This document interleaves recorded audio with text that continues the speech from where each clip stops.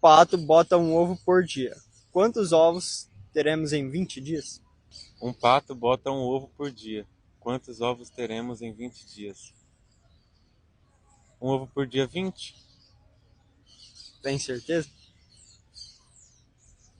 Um pato bota um ovo por dia. Quantos ovos teremos em 20 dias? 22. 20 dias? 20 ovos, mas acho que vai estar errado. 20. Um pato bota um ovo por dia. Quantos ovos teremos em 20 dias? 20 ovos. Um pato bota um ovo por dia. 20. Um pato bota um ovo por dia. Quantos ovos teremos aqui 20 dias? 20, ué. Ovo por dia, em 20 dias, 20, não? 20. Pato não bota ovo.